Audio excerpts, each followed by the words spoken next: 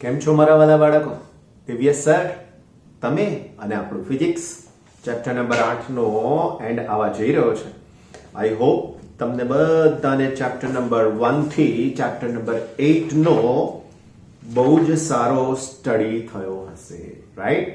જો બહુ જ સારો સ્ટડી થયો છે તો કહેતા રહેજો મને કે યસ સર, બહુ જ સારો સ્ટડી થયો છે, રાઈટ? હા, ક્યારેક ક્યારેક તમને થોડી ઘણી તકલીફ પડી જાય છે કે કેલ્ક્યુલેશન આ તે બધું, બટ હું મારા લેવલથી ધ બેસ્ટ આપવાનો ટ્રાય કરું છું.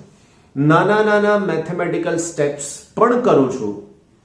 તમારા ભાગે બે જ કામ આવે છે. પહેલું કામ, તમારા કન્સેપ્ટ ક્લિયર કરો. બીજું કામ, તમારે તમારી ફોર્મ્યુલાને રિવાઇઝ કરી અને એને सम्स અને MCQ લેવલે યુઝ કરતા રહેવું પડશે. The best. પછી તમને કોઈ જ મુશ્કેલી નહીં આવે, મારી ગેરંટી. ચાલો બચ્ચા બાળી, આપણે શરૂ કરીએ આપણા દાખલાની જે આગળની વાત છે તે. સ્વાધ્યાયનો 8.20 નંબરનો દાખલો છે, પેજ નંબર 202. દરેકનું એક સોલર એટલે સૂર્ય જેટલું, રાઈટ? તો દરેકનું એક સોલર સૂર્ય જેટલું 2 × 10⁻30 kg દળ ધરાવતા બે તારા એકબીજા તરફ સન્મુખ સંગાત માટે જઈ રહ્યા છે. સન્મુખ સંગાત ચેપ્ટર નંબર 6 માંથી વર્ડ લીધો છે. સમજાવું છું શું થઈ શકે એ પણ, રાઈટ? તો અહીંયા હું લખું દળ m that is equal to 2 × 10⁻30 kg. 2 × 10⁻30 kg, right? Okay. બે તારા એકબીજા પર સન્મુખ સંગાત કરવા જઈ રહ્યા છે. તેઓ 10⁹ કિલોમીટરના અંતરે છે. r is equal to 10⁹ kilometre. એનો મતલબ 10⁹ માં હું એડ કરી દઉં 3, તો 3 એડ કરું તો 9 + 3 10⁻12 મીટર. ઓકે. ત્યારે તેમની ઝડપ અવગણ્ય છે, એટલે શૂન્ય છે. તેઓ કેટલી ઝડપથી એકબીજાને અથડાશે? દરેક તારાની ત્રિજ્યા 10⁴ કિલોમીટર છે. તારાની ત્રિજ્યા કેપિટલ R કહી દઉં, 10⁴ કિલોમીટર કહું, 10⁷ મીટર થઈ શકશે, રાઈટ? ઓકે. કિલોમીટર. સંઘાત થયા વિના તારાઓ વિકૃત થતા નથી એમ ના, બરાબર છે? સંઘાત થયા વિના એટલે સંઘાત થાય પછી કંઈક થઈ શકે, એના પહેલા નહીં. તો આ એક સ્ટાર, આનાથી કેન્દ્રથી બીજા અમુક અંતરે બીજો એક સ્ટાર. આ બે વચ્ચેનું અંતર હાલમાં r. આનું દળ પણ m અને આનું દળ પણ m. કરેક્ટ? બંનેના દળ m થઈ ગયા. બીજું, જ્યારે આ બંને એકબીજાની સાથે આવી રીતે સન્મુખ સંગાત એટલે આનાથી આ ને આનાથી આ એક જ લાઈન પર જતા હોય અને અથડાય, રાઈટ? બિલિયર્ડના દડાની જેમ, કેરમની જે કુકડી આવે છે, બરાબર છે, ગોળ, તો એની જેમ અથડાય તો એને સન્મુખ સંગાત કહીએ છીએ, રાઈટ? ઓકે. તો હવે આ સ્થિતિમાં એમના વેગ કેટલા હશે તે આપણને શોધવાનું છે. તો આ લખીએ પ્રથમ સ્થિતિ, રાઈટ? પ્રથમ સ્થિતિ. અને આ લખીએ બીજી સ્થિતિ. બીજી સ્થિતિ અથવા તો અંતિમ સ્થિતિ પણ કહી શકો છો, કોઈ પ્રોબ્લેમ નથી, રાઈટ? ઓકે. તો વાલા બચ્ચાઓ, આપણે અહીંયા બે અલગ અલગ સ્થિતિમાં કુલ ઉર્જા શોધીશું, એને સરખાવીશું એટલે જવાબ મળી જશે. આ કન્સેપ્ટ થાય. આટલું જ યાદ રાખવાનું આ દાખલામાં, બાકી બધું જ એની જાતે ગોઠવાય, આખો દાખલો ગોખાય નહીં, રાઈટ? શું બોલ્યો? પહેલી સ્થિતિમાં અને બીજી સ્થિતિમાં હું કુલ ઉર્જા શોધીશ. હવે કુલ ઉર્જાનું સૂત્ર પણ મગજને સ્ટ્રેસ નહીં આપવાનો, એ જે તે સમયે જ યાદ કરવાનું, બરાબર? બસ એમાંથી કોને સૂત્રનો કરતા બનાવવાનું? તો આપણો પ્રશ્ન છે કે બે કેટલી ઝડપથી અથડાશે તે, તો એ v ને સૂત્રનો કરતા બનાવવાનું, બાકી બધું ભૂલી જાઓ. ફોર્મ્યુલા, દાખલાને તૈયાર કરવા માટેનો જે બેઝ છે એ તમારી ફોર્મ્યુલા જ છે, એના સિવાય બીજું કંઈ જ નથી, કરેક્ટ? ઓકે. તો મારા વાલા બચ્ચા, અહીંયાથી આગળ વધવાની કોશિશ કરી રહ્યા છીએ, રાઈટ? જો સૌથી પહેલા હું તમને કહું કે પ્રથમ સ્થિતિમાં બંને તારા સ્થિર છે માટે તેમનો વેગ બરાબર 0. હવે વેગ 0 તો એની ગતિ ઉર્જા પણ 0, માટે પ્રારંભિક ગતિ ઉર્જા બરાબર k1 બરાબર 0. કરેક્ટ? ઓકે. પ્રારંભિક સ્થિતિ ઉર્જા બરાબર v1. હવે બે તારાનું તંત્ર છે, એની સ્થિતિ ઉર્જા જો હું કહું તો -gm/r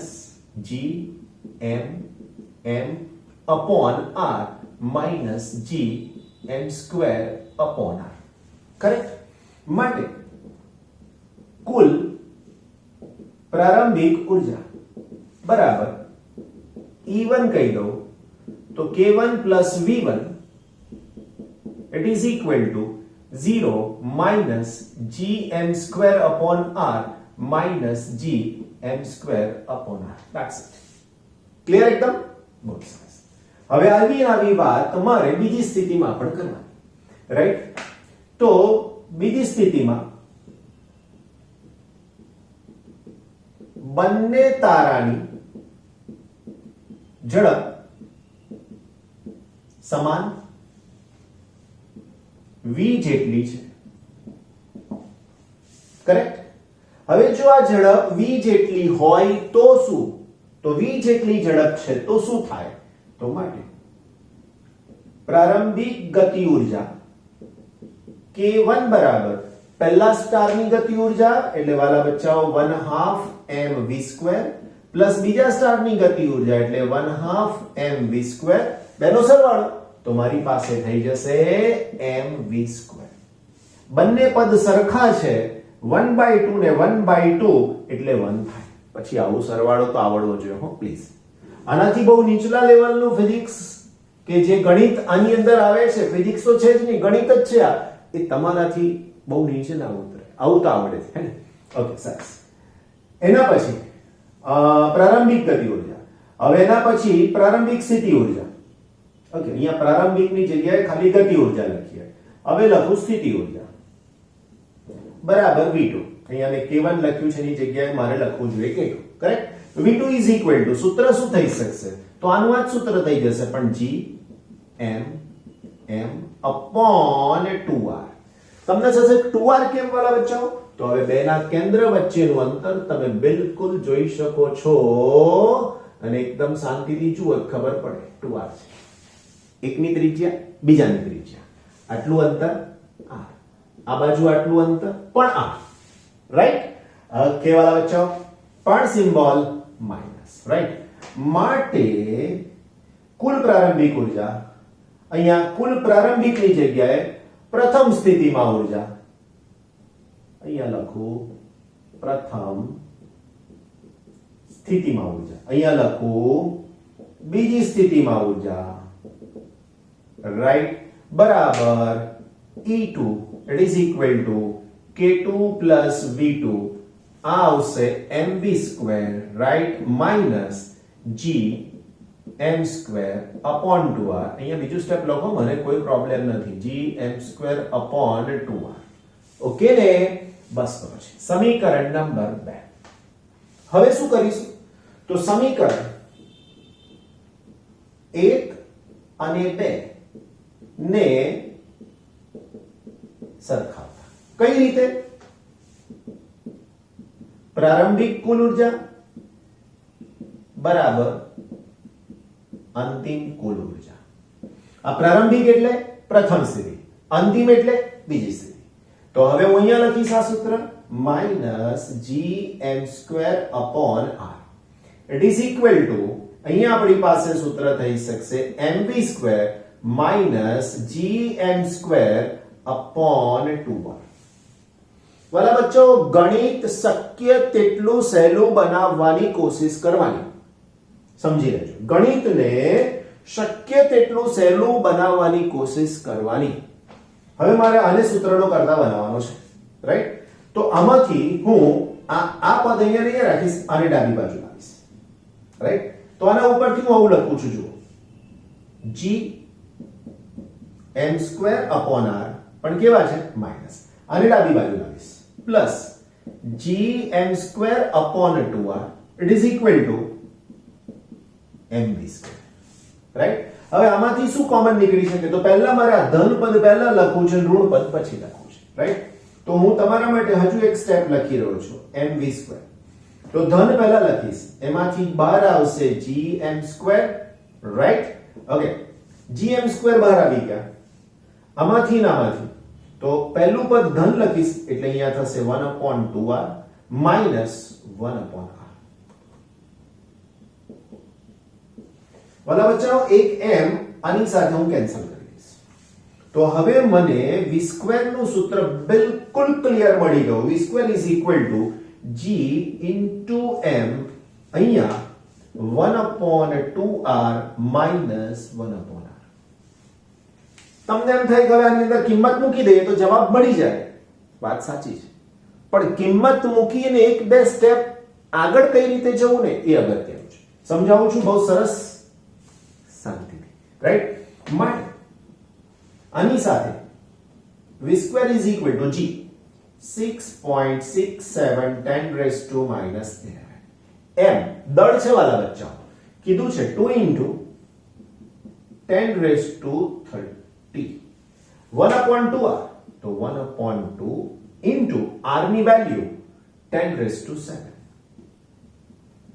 minus 1/r 10 raised to 12, right. તો ધ્યાન રાખજો, ગણતરીમાં મને કોઈક કિંમત ઓકે 10 ની 9 કિલોમીટર કીધા છે, રાઈટ. 10 ની 9 કિલોમીટર એવું કીધું છે, રાઈટ.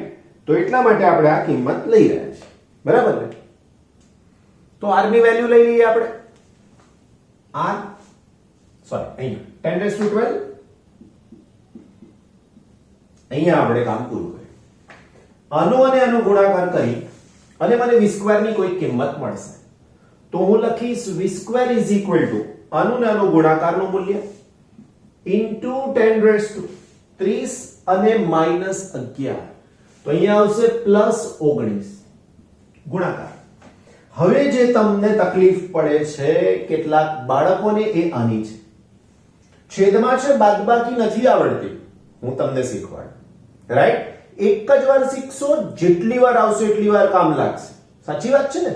તો પહેલા તો 1/2, તો 1/2 કરશો એટલે મારા વાલા બચ્ચાઓ તમને મળશે 0.5. 1/2 કરે 10 raised to 7 ને ઉપર લઈ જઈશ તો 10 raised to -7 થઈ જશે, રાઈટ. 10 raised to -7 માઈનસ આ ઉપર લઈ જઈશ ડાયરેક્ટ, એનો મતલબ કે 10 raised to -12. થોડુંક સહેલું થયું, પૂરેપૂરું નથી થયું.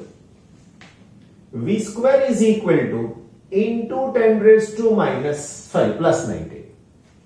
હજુ હું થોડુંક એડજસ્ટ કરું છું, આની એક ઘાત મને એડજસ્ટ કરવી છે. 10 raised to 8 પણ કેવા? તો કે માઈનસ 10 raised to 12 પણ કેવા? તો કે માઈનસ, રાઈટ.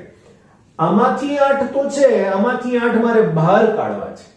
તો હવે એવું તો તમને ખબર પડી જ જાય કે આ સંખ્યા 10 ની 19 ઘાત અને અહીંયા મેં 10 ની -8 ઘાત બહાર લીધી, -8. 5 એકલા બાકી રહેશે, -12 છે એમાંથી 8 બહાર આવી ગયા, -4. તો 10 raised to -4, કરેક્ટ. ઓકે, માટે v square is equal to into 10 raised to 19. Okay, આનો નાનો ગુણાકાર સરવાળો જે કંઈ કરવાનો છે કરી. -8 અને 19 છે, -8 છે ને 19 છે, તો 11 પ્લસ થશે. વાલા બચ્ચાઓ 5 ના 5 માઈનસ 10 ની -4, એનો મતલબ કે 1 ના છેદમાં કેટલી મોટી સંખ્યા આવશે? -0.1 2 3 અને 4, કરેક્ટ. હવે તો v square is equal to અહીંયા ગુણાકારમાં 10 ની 11 ઘાત, પાંચમાંથી આટલા બાદ કરવાના, તો વાલા બચ્ચાઓ સંખ્યા થઈ જશે 4.9999, રાઈટ. આનો અને આનો ગુણાકાર કરવાનો, એ ગુણાકાર તમને આપશે v square into 10 raised to 11. પણ અહીંયા સ્ક્વેર છે એટલે તમારે કાં તો આને 10 કાં તો આને 12 બેમાંથી એકમાં કન્વર્ટ કરવા. તો v square is equal to જે સંખ્યા આવે એને હું એક દશાંશ ચિહ્ન ખસેડી અને 10 ની 12 ઘાત કરી દઈશ. હવે મારે વર્ગમૂળ લેવાનું. તો v is equal to 10⁶. Answer થઈ ગયો મારા વાલા બચ્ચાઓ મીટર પર સેકન્ડ. એકદમ સમજાઈ ગયું. થોડુંક મેં બાકી જાણી જોઈને રાખ્યું હોય છે તમારા માટે કે તમે પોતે ઇન્વોલ્વ થાઓ અને એને ગણતરી તરીકે લો. મારો બીજો કોઈ આશય નથી. બાકી કેલ્ક્યુલેટર છે, થઈ શકે છે, રાઈટ? કેલ્ક્યુલેટર છે, મારે બે જ ગુણાકાર કરવાના છે, બીજું કઈ છે જ નહીં, અંદાજ આવી જાય. પણ તમે ઇન્વોલ્વ થાઓ એવું હું ઈચ્છું છું. બરાબર કે નહીં? બહુ સરસ. તો દાખલો સરસ મજાનો હતો, કમ્પ્લીટ થયો સારી રીતે, રાઈટ? વાલા ભૂલકાઓ, રાઈટ? ઓકે, શું છે આપણી પાસે? તો 8.21 નંબરમાં તો 8.21 નંબરમાં એક સમક્ષિતિજ કોષ્ટક પર દરેકનું 100 કિલોગ્રામ દળ, એનો મતલબ m બરાબર 100 kg આવું મને ને તમને આપી દીધું છે, રાઈટ? 100 kg અને 0.1 મીટર ત્રિજ્યા હોય તેવા બે ભારે ગોળાઓને એકબીજાથી 1 મીટર અંતરે મૂકેલા છે. તો અહીંયા લખું ગોળાની ત્રિજ્યા 0.1 મીટર, રાઈટ? બે ગોળા વચ્ચેનું અંતર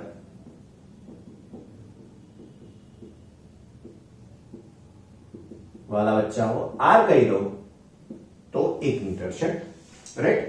ગોળાના કેન્દ્રને જોડતી રેખાના મધ્ય બિંદુએ ગુરુત્વ બળ અને ગુરુત્વીય સ્થિતિમાન કેટલા હશે? ગુરુત્વ બળ અને ગુરુત્વ સ્થિતિમાન કેટલા હશે? તે બિંદુએ મૂકેલો કોઈ પદાર્થ સંતુલનમાં છે? પ્રશ્ન છે. જો તેમ હોય તો સંતુલન સ્થિર છે કે અસ્થિર છે? જો કંઈક નવી વાત આની અંદર પાછી આવે છે. તમને ફિઝિક્સના દાખલા ડિફરન્ટ મળે છે. એક જ સરખી મેથડ વાળા 10 દાખલા નહીં આવે, ડિફરન્ટ છે. તો સૌથી પહેલા આપણે આવી પરિસ્થિતિનો વિચાર કર્યો છે. આ બે ગોળા આપણે દોરી દીધા, રાઈટ? આને હું નામ આપી દઉં a, આને નામ આપી દઉં b. આ એનું મધ્ય બિંદુ જેને કહી દઈશ o, અને થોડાક સમય માટે હું ધારી લઉં છું કે o બિંદુ પાસે m દળ છે, કરેક્ટ? હવે આ જે દોર્યું એને મારે લખવું છે. તો હું લખી દઉં કે a અને b બે ગોળાના મધ્ય બિંદુ O પર m દળનો એક પદાર્થ છે, રાઈટ? માટે AO બરાબર BO બરાબર r/2 1/2 બરાબર 0.5 મીટર, અડધો મીટર અંતર થયું. આ અંતર 1/2 અથવા 0.5 મીટર, 0.5 મીટર. સમજાઈ ગઈ આટલી વાત? ના, હવે મારે આ m દળના પદાર્થ પર લાગતું બળ શોધવું છે, રાઈટ? તો અહીંયા ગોળા એને કારણે m દળના પદાર્થ પર બળ. તો હું લખીશ FOA it is equal to G m m upon r². ગુરુત્વાકર્ષી બળ છે ને વાલા બચ્ચાઓ, એટલે મારે એને લેવું પડશે r². તો હું અહીંયા G m m આને મેં r/2 કીધા છે, r/2 લઈ લઉં હો, સ્ક્વેર. થોડુંક સહેલું થઈ જાય એટલા માટે. is equal to G m m r²/4 થઈ જાય. 4 હું અહીંયા લઈ લઈશ તો આન્સરમાં થઈ જશે 4G m m upon r². હવે મારે આની અંદર કિંમતો મૂકવાની. તો વાલા બચ્ચાઓ FOA is equal to 4. Okay, કિંમતો નહીં મૂકીએ તોય પ્રોબ્લેમ નથી, કારણ માત્ર ઓકે ચાલો બળ કેટલું થાય એવું પૂછ્યું છે તો લખી પણ દઈએ. ચાલો 4 6.67 10⁻11 દળ છે વાલા બચ્ચાઓ 100, નાના ગોળાનું દળ આપ્યું નથી, રાઈટ? ઓકે, નાના ગોળાને આપણે વિચાર્યું છે એટલે દળ નથી આપ્યું. ચલો, તો આને લખવાની આવશ્યકતા રહેતી જ નથી. નંબર 1 આપી દઈએ, રાઈટ? હવે આવો જ પ્રશ્ન તે જ રીતે ગોળા બી ને કારણે એમ દળના પદાર્થ પર બળ, તો આને કહીશ FOB, GMM upon R square. Okay, અહીંયા મારે R ડેશ લખવું પડશે, અહીંયા લખવું પડશે R ડેશ, રાઈટ? તો અહીંયા લખીશ R ડેશ નો સ્ક્વેર. હવે આ બધું નહીં કરું, ડાયરેક્ટ અહીંયા પહોંચી જઈશ 4GMM upon R square. આ છે R ડેશ અને સ્ક્વેર, તો અહીંયા પણ છે R ડેશ અને સ્ક્વેર. કોઈને R ડેશ ના લખવું હોય ને એકો લખવું હોય તો તોય ચાલશે, કોઈ પ્રોબ્લેમ નથી. સમીકરણ નંબર 2.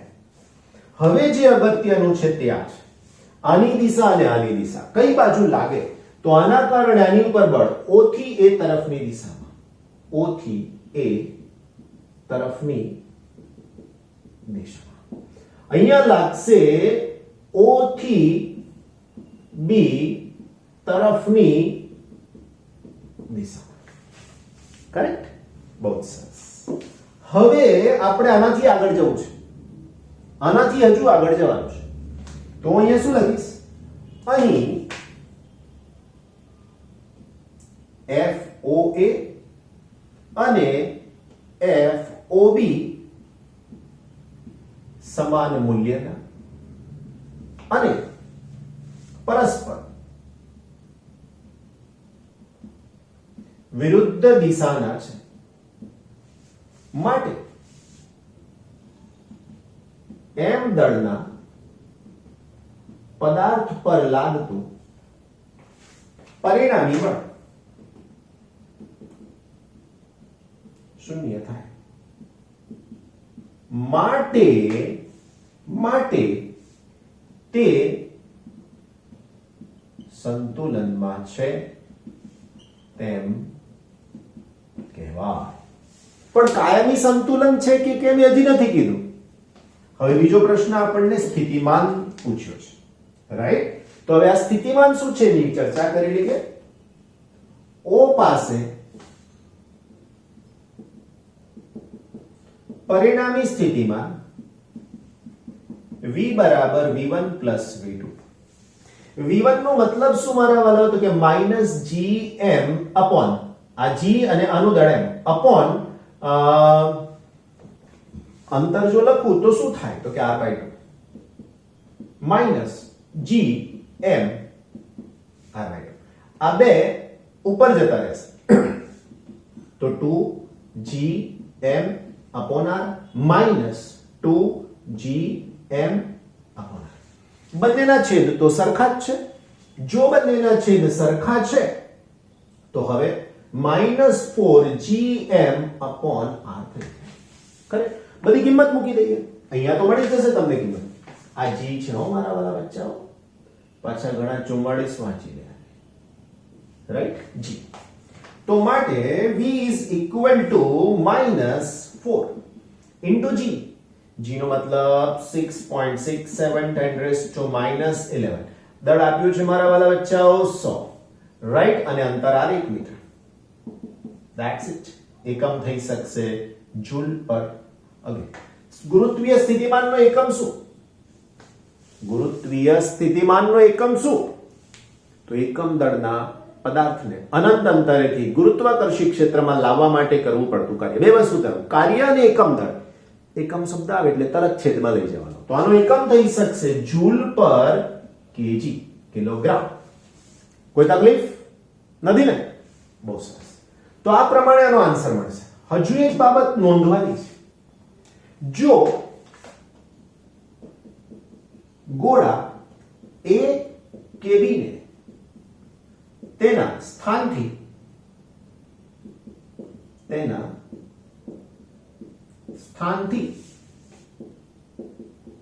ચલિત કરવામાં